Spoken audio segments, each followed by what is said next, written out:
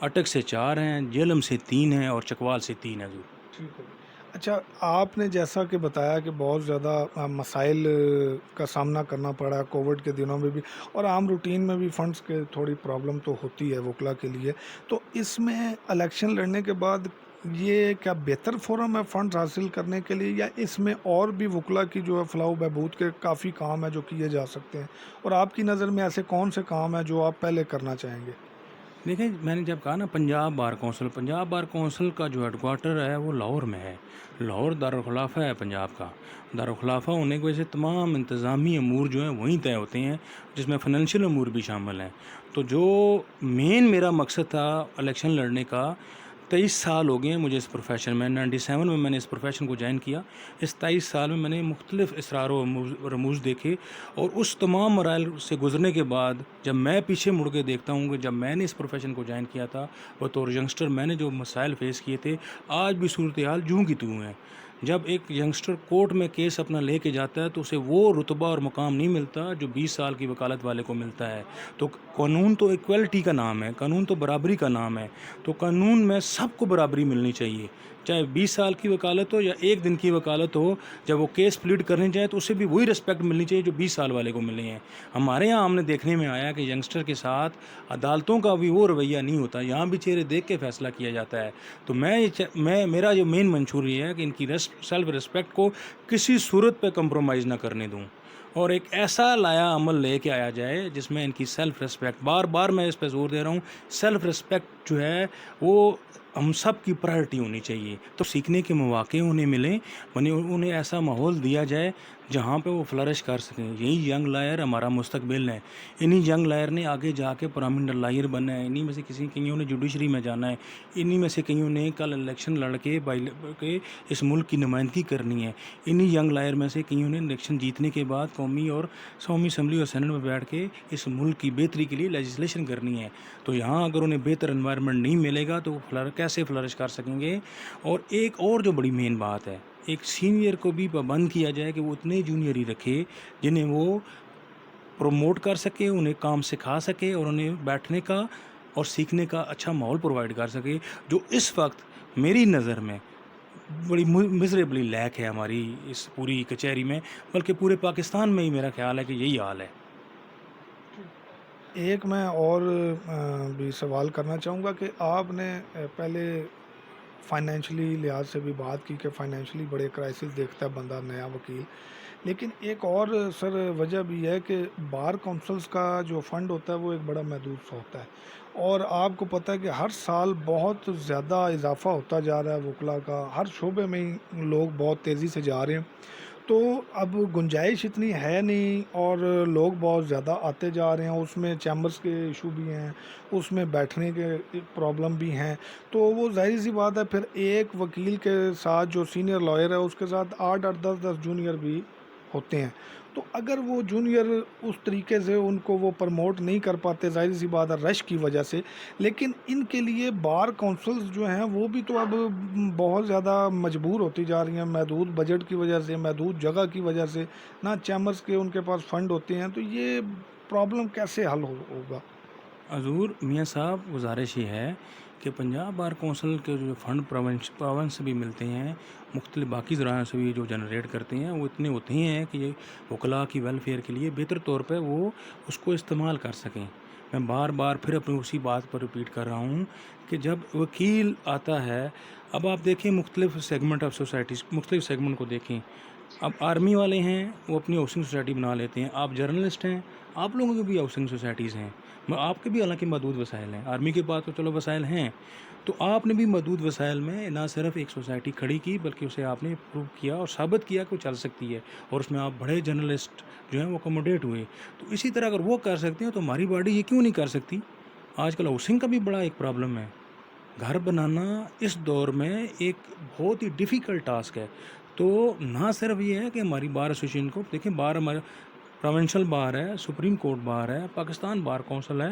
آج تک کسی جگہ بھی یہ انیشیٹو نہیں لیا گیا کہ وکلاء کی ویلفیئر کے لیے کوئی جامع ایک ایسا عملی اقدام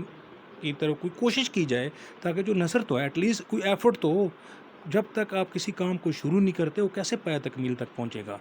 تو میری جو عمل رائے وہ یہ ہے کہ ان سب کی دو پرابلم تو کہیں ہر جگہ ہوتے ہیں، پرابلم تو کون سی ایسی فیلڈ جانی ہوتے ہیں، لیکن دیکھنا یہ ہے کہ آپ جو جنریشن تیار کر رہی ہیں وہ کیسے، ہر وہ جوان جو پریشر کو سسٹین کرنا سیکھے گا وہی کورٹ میں کھڑا ہونا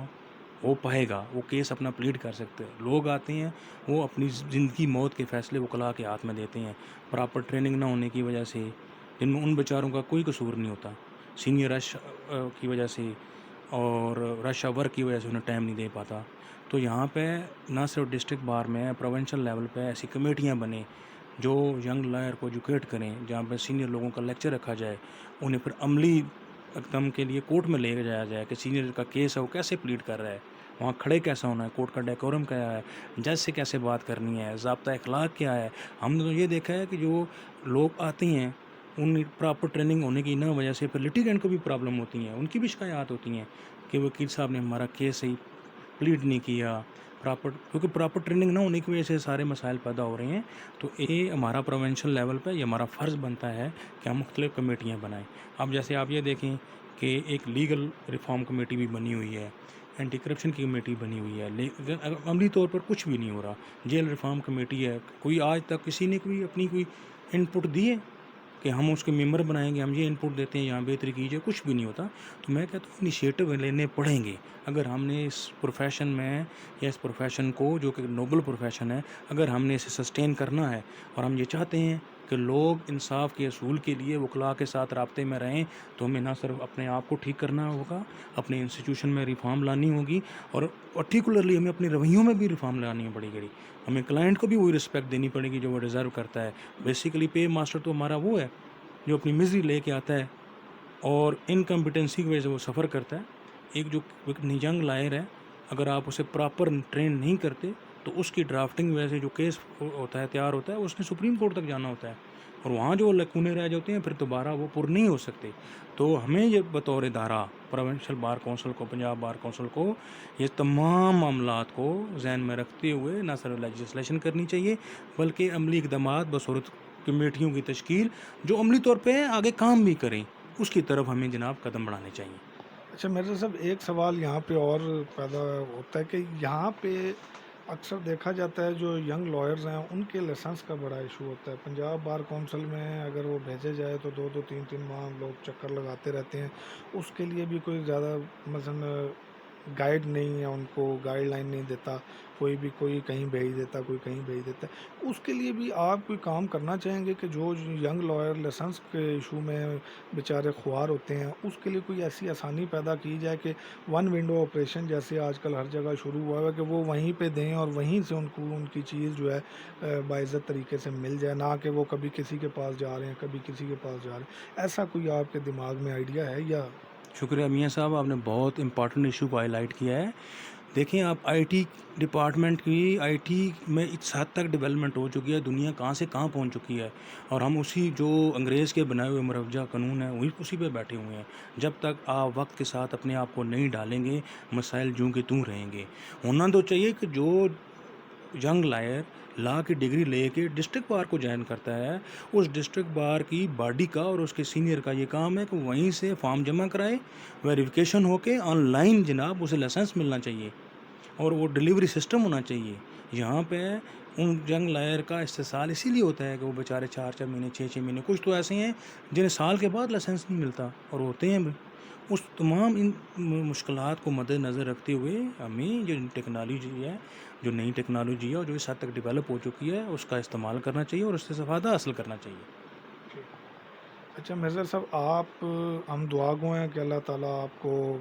کامیاب کرے اور آپ وکلا کی فلاح و بہبود کے لیے بہترین اقدامات اٹھا سکیں، اور وکلا کو ایک جتنے ان کے مسائل ہیں ان سے بہت زیادہ آپ چھٹکارا تو میں نہیں کہہ سکتا کہ دلوا سکیں، لیکن ان کے لیے بہت زیادہ آپ سود مند ثابت ہوں۔ آپ آخر میں کیا پیغام دینا چاہیں گے اپنا اس الیکشن کے بارے میں؟ دیکھیں میں نے پہلے بھی عرض کیا تھا کہ ہم وہ ہیں جو گراس روٹ لیول سے نکل کے اوپر آئے ہیں۔ جو وکیل عدالتوں میں پیش ہوتا ہے، جو ڈسٹرکٹ کورٹ سے شروع کر کے ہائی کورٹ اور سپریم کورٹ کے مراحل تک پہنچتا ہے، اسے تمام وکلاء کے مسائل کا اور اسے پتہ ہوتا ہے کہ حقیقت میں وکلاء کے مسائل کیا ہیں۔ تو ان تمام اپنے تجربات کو پیش نظر رکھتے ہوئے وکلاء، ینگ وکلاء کی رسپیکٹ، ان کی گرومنگ، ان کی تعلیم، ان کی فائنینشیل پرابلم کو حل کرنا، ہاؤسنگ سوسائٹی کے لیے کلائنٹ اور وکیل کے رویے یا ان کے درمیان جو انٹریکشن ہے اس کو بہتر کرنے کے لیے، اور اس معاشرے میں ایک ٹالرنس کو جو ہے وہ پروموٹ کرنے کے لیے ضروری ہے کہ وہ امیدوار آپ سلیکٹ کریں جو نہ صرف باتیں نہ کریں بلکہ اپنے منشور کو پایا عمل